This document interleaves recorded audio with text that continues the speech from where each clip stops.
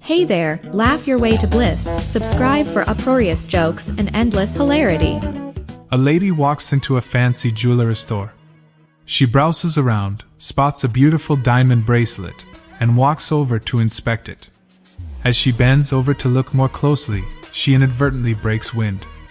Very embarrassed, she looks around nervously to see if anyone has noticed her little accident, and prays that a salesperson doesn't pop up right now. As she turns around, her worst nightmare materializes in the form of a salesman standing right behind her. Cool as a cucumber and displaying complete professionalism, the salesman greets the lady with, "Good day, madam. How may we help you today?"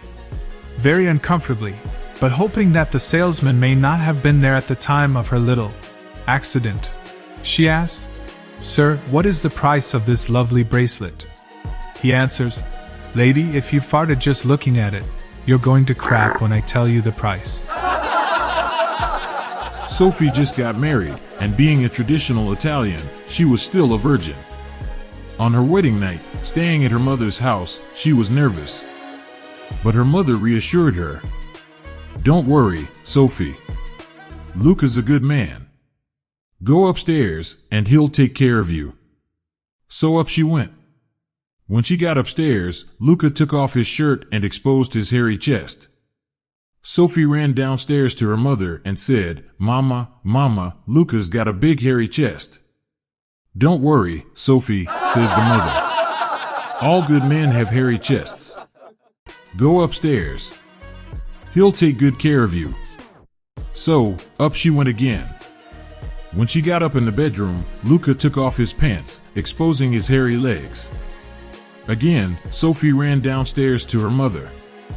"Mama, Mama, Luca took off his pants, and he's got hairy legs." "Don't worry. All good men have hairy legs. Luca's a good man. Go upstairs, and he'll take good care of you." So, up she went again. When she got up there, Luca took off his socks, and on his left foot, he was missing 3 toes. When Sophie saw this, she ran downstairs. "Mama, Mama, Luca's got a foot and a half." "Stay here and stir the pasta," says the mother. "This is a job for Mama." After 20 years of marriage, a wife decides to take her husband, Dave, to a strip club for his birthday. She figures there's no harm in it if she's there with him, after all. They arrive at the club, and the doorman says, "Hey, Dave, how you doing?" His wife is puzzled and asks if he's been to this club before. "Oh no," says Dave. "He's on my bowling team." When they are seated, a waitress asks Dave if he'd like his usual and brings over a glass of red wine. His wife is becoming increasingly uncomfortable and says, "How did she know that you drink that?" "She's in the ladies' bowling league, honey. We share lanes with them." A stripper then comes over to their table, throws her arms around Dave, and says, "Hi, Davey. Want your usual table dance, big boy?" Dave's wife, now furious, grabs her purse and storms out of the club. Dave follows and spots her getting into a cab. Before she can slam the door, he jumps in beside her. He tries desperately to explain how the stripper must have mistaken him for someone else, but his wife is having none of it. She is screaming at him at the top of her lungs, calling him every name in the book. The cabbie turns his head and says, "Darn, Dave, it looks like you picked an angry one tonight." "I had checked into a hotel on a business trip and was a bit lonely, so I thought I'd get me one of those girls you see advertised in phone booths when you're calling for a cab. I grabbed a card on my way in. It was an ad for a girl calling herself Aerogenique, a lovely girl, bending over in the photo. She had all the right curves in all the right places, beautiful long wavy hair, long graceful legs all the way up, you know the kind. So I'm in my room and figure, what the hell, I'll give her a call. "Hello," the woman says. Oh God, she sounded sexy. I hear you give a great massage and I'd like for you to come to my room and give me one." "No, wait, I should be straight message, you. I'm in town all alone, and what I really want is S*X. I want it hard, I want it hot, and I want it now." You name it, we'll do it. Bring anything you want. She says, that sounds fantastic, but for an outside line, you need to press 9. A TV crew decides to visit a 100-year-old man living alone in a cabin in the woods. When they go there, they see he is chopping wood and carrying it all by himself. He is active and healthy and has the body of a 40-year-old man. They asked him, "What is your secret?" And the old man tells them a story. 70 years ago, there was a huge blizzard that came out of nowhere. It was winter, but it wasn't too cold for a week, and it was only lightly snowing when suddenly the wind started blowing and the snowing intensified.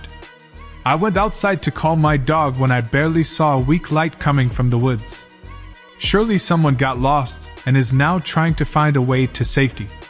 I started calling for my dog, but I knew the lost person would hear me. Sure enough, the light started getting stronger and stronger until finally I could see the silhouette of a man holding a flashlight. When he came close enough, I ran to help him. You couldn't see more than 20 feet, and I didn't want to risk getting myself lost as well. I helped the man get inside the cabin, and my dog ran in a few seconds later. I closed the door with great difficulty because the wind was blowing so hard. I then helped the man get his jacket and boots off and sat him next to the fireplace. The man was in shock but without injuries.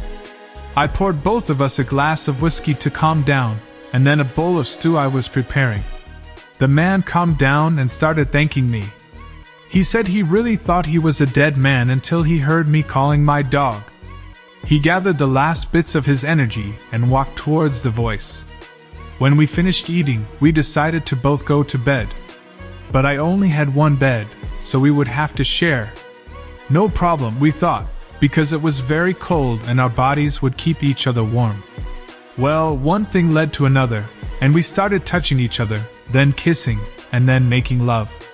In the morning, the weather cleared up, and after breakfast, the man put on his jacket, gathered his things, and said he had to go. His wife and 3 children were expecting him and must be mortified because he didn't come home. He then gave me the juiciest kiss on the cheek and left. I watched him go and realized I hadn't even asked his name. That was the last time I saw him. The TV crew looked at each other in shock, and after a few seconds, one of them said, "No, we meant, what is your secret for a long and active life?" "Oh, that?" the man said. "Clean air, regular exercise, healthy food, no stress. That kind of stuff."